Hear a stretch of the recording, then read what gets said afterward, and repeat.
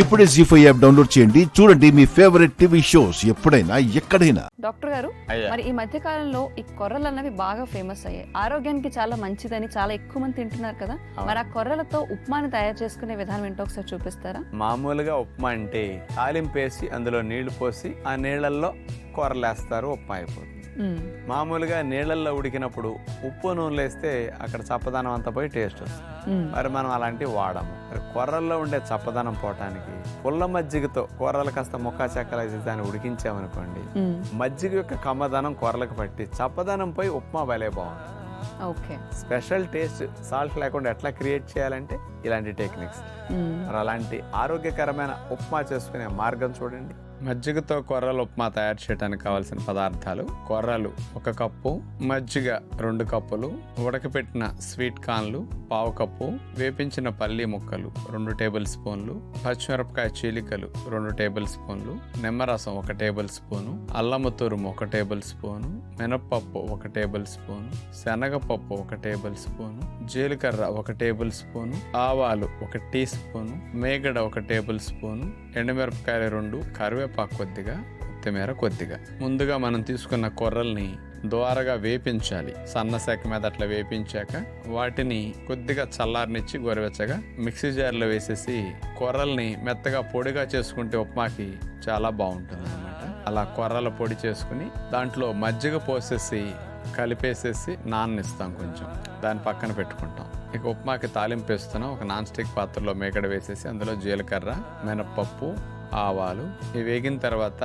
పచ్చిశనగపప్పు, ఎండుమిరపకాయలు, పచ్చిమిరపకాయలు, కరివేపాకు, అల్లము తురుము, ఉడకపెట్టిన స్వీట్ కార్న్ గింజల్ని కొంచెం అందులో వేసేసాం. నిమ్మరసం వేసాం, ఉప్పు లేని లోటు లేకుండా.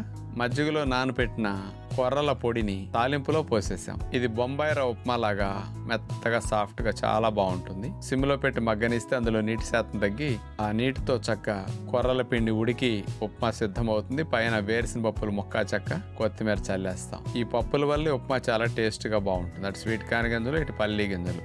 చూసారు కదండి, మరి డాక్టర్ గారు చూపించిన విధానంలో మజ్జిగతో ఇలా కొర్రలు ఉప్మాని తయారు చేసుకుంటే బాగుంటుంది. ఉప్పు లేని లోటు కవర్ చేయాలంటే గనక ఏ రెసిపీలో అన్నా మజ్జిగ వాడుతూ ఉంటారు డాక్టర్ గారు. డాక్టర్ గారు, ఈ అబ్డామిన్ ఏరియా అంతా కూడా చాలా మందికి ఎక్కువ ఫ్యాట్ డిపాజిషన్ ఎక్కువగా జరుగుతూ ఉంటుంది. మరి ఆ ఏరియానంతా కూడా ఫ్లెక్సిబుల్ గా చేసి మొబిలిటీని పెంచుకోవాలనుకున్నా, ఫ్యాట్ తగ్గించుకోవాలనుకున్నా కూడా ఎలాంటి వ్యాయామాలు చేయాలో చెప్తారా? అలాగేనమ్మా, చాలా మందికి ఫిట్ గా ఉండటం ఇష్టం. మరి ఆ ఫిట్నెస్ అంటే బాడీ ఫిట్ గా ఉంటే ఫిట్నెస్ అంటారు. అంటే మైండ్ కూడా ఉండాలి, కానీ ముందు సౌండ్ బాడీ కావాలి కదా. అందుకని దానికోసం ఫిట్నెస్ ని పెంచే స్పెషల్ వ్యాయామాలు, ఏ ఒక్క ఎక్విప్మెంట్ కానీ, రోప్స్ కానీ, స్టిక్స్ కానీ, సాధనాలు లేకుండా శరీరాన్నే కొన్ని భంగిమలు పెట్టి మూమెంట్ ఇస్తూ చేసుకెళ్ళిపోతే ఫిట్నెస్ సెల్ఫ్ గా డెవలప్ అవుతుంది. అలాంటి టెక్నిక్ ఏదో చూడండి. పొట్ట కండరాలు బలపడటానికి ఉపయోగపడే 3 వ్యాయామాలను ఇప్పుడు మనం చూడబోతున్నాం. స్ట్రైట్ గా నుంచున్న తర్వాత ముందుకు వంగి అశ్వసంచాలనాసనం చేసే పద్ధతిలో 2 చేతుల మధ్యలో కుడికాల్ని ముందు పెట్టేస్తాం. ఆ తర్వాత కుడికాల్ని మడిచి పక్క కానేటట్లుగా అట్లా ఆనాలి. ఎడమ కాలు వెనక ఉంటుంది అట్లా. ఆ తర్వాత ముందుకు మనం వంగి తల నేల కానేటట్లు అట్లా చేయాలి. తర్వాత కాళ్ళను మళ్ళీ వెనక్కి తీసుకెళ్ళి ఈసారి ఎడమ కాలుని 2 చేతుల మధ్యలోకి తీసుకొచ్చేసి నడుమునట్లా వెనక్కి విరిచేస్తాం. ఇట్లా ఒకసారి కుడికాలు ముందుకి, మరోసారి ఎడమకాల ముందుకి, ఇట్లా ఆల్టర్నేటివ్ లెగ్స్తో ఈ మూమెంట్ చేస్తూ ఉంటే ఈ కాళ్ళు వెనక నుంచి ముందుకి ఇట్లా తీసుకొచ్చినప్పుడల్లా పొట్ట భాగంలో కండాలన్నీ బాగా బలపడతాయి. కాలు అట్లా పెట్టిన తర్వాత 2 చేతుల్ని స్ట్రెయిట్గా చేసి మనం మెడని వెనక్కి విరిచి అట్లా ఉండాలి. ఆ భంగిమ పెట్టి మళ్ళీ తీసేసి మళ్ళీ సాధారణ భంగిమను ఇట్లా పెట్టేస్తాం. కంటిన్యూస్గా అట్లా మూమెంట్ లాగా ఈ విధానంలో చేస్తే బాగుంటుంది ఫలితం. అది కూడా. ఇక రెండవది, మనం వెల్లకిలా పడుకుంటాం. 2 కాళ్ళను మోకాళ్ళ దగ్గర నుంచి మడిచి చేతులు కూడా చాపేస్తాం. ఎడమ కాలుని స్ట్రైట్గా పైకి లేపి కుడి కాలుని అట్లా కింద నుంచి పై వరకు తీసుకెళ్ళాలి. ఇప్పుడు కుడికాలు మూమెంట్ మనం కింద నుంచి పైకి అట్లా తీసుకెళ్తాం. ఎడమ కాలు మాత్రం స్ట్రైట్గా లేపి అట్లాగా ఉండాలి. ఈ కాలు కదపటం ద్వారా రైట్ లెగ్ మూమెంట్ వల్ల రైట్ సైడ్ పొట్ట కండాలన్నీ బలపడుతూ ఉంటాయి. ఇలా కొన్నిసార్లు చేసేసరికి బాగా పెయిన్, స్ట్రెయిన్ అనిపిస్తుంది. ఈసారి కుడికాలను పైకి లేపి స్ట్రైట్గా ఉంచుతాం. ఎడమ కాలుని స్ట్రైట్గా చాపేసి పైకి కిందకి ఎడమ కాలు మూమెంట్ ఇందాటి వల్ల ఇప్పుడు అట్లా చేయవలసి ఉంటుంది. ఇలా చేసేటప్పుడు కండాలని బాగా పెగ తీసినట్టుగా అట్లా పెట్టి ఆపితే తప్ప ఆ యాంగిల్లో కాళ్ళను ఆపలేము. కాబట్టి దానివల్ల పొట్ట కండాలకి మంచి లాభం చేకూరుతుంది. ఇక మూడో వ్యాయామం పర్వతాసనలాగా శరీరాన్ని అట్లా పెట్టేస్తాం. ఆ తర్వాత కుడి పాదాన్ని ఎడమ పాదానికి ఇటువైపు తీసుకొచ్చి అలా పెట్టి కాళ్ళను మెలికివేసినట్లు అవుతుంది. తర్వాత చేతుల్ని నడుమును కూడా ఎడమ వైపుకి ట్విస్ట్ చేస్తాం. చేతుల మీదే బరువంతా ఆగి ఉంటుంది. అలాగే హోల్డ్ చేసి కదలకుండా ఉంటాం. మరి ఇంత బరువుని ఇలా పక్కకు బెండ్ చేసి ఆపించడం వల్ల పొట్ట కండాలు బాగా ట్విస్ట్ అవడం వల్ల పొట్ట భాగంలో కొవ్వు బాగా కరగటానికి ఇది ఉపయోగపడుతుంది.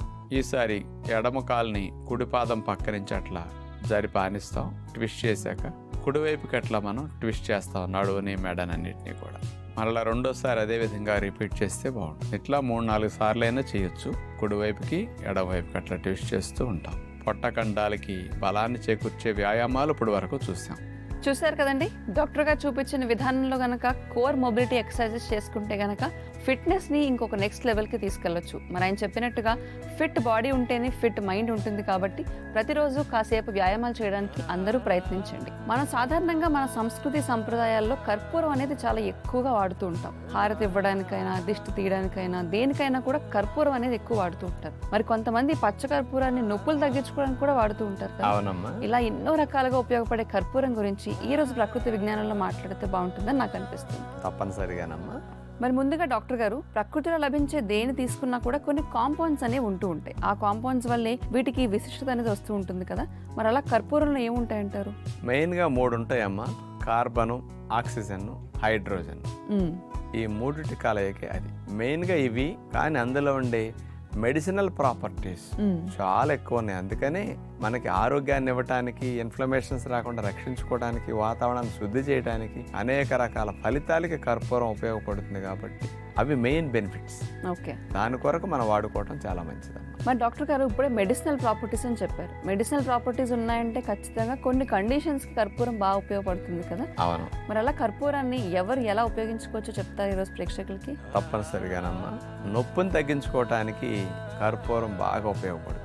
ముద్ద కర్పూరం, ఒరిజినల్ క్వాలిటీ కర్పూరం అయితేనే ఇది పనిచేస్తుంది. నొప్పిని ఇక్కడ ఈ భాగం నుంచి మెదడుకు చేరవేసేది నరాలు.